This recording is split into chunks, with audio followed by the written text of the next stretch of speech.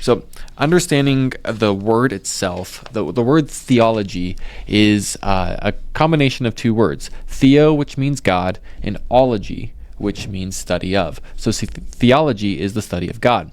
And there are a lot of different branches of theology. One of the most interesting ones, in my opinion, is a branch known as theology proper, which is literally the study of God.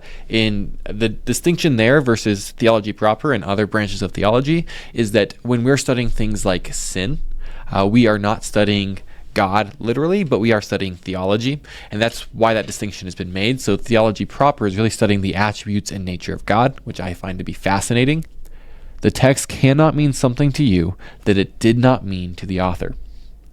Let me say that again. The text cannot mean something to you that it did not mean to the author.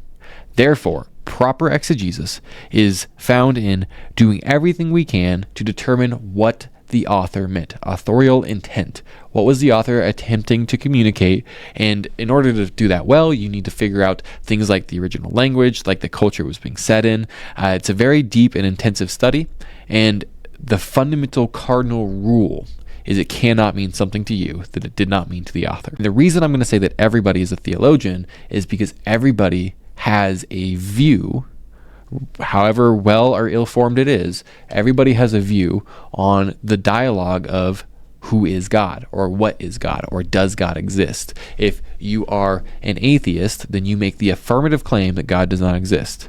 If you are a theist, then you make the affirmative claim that God does exist.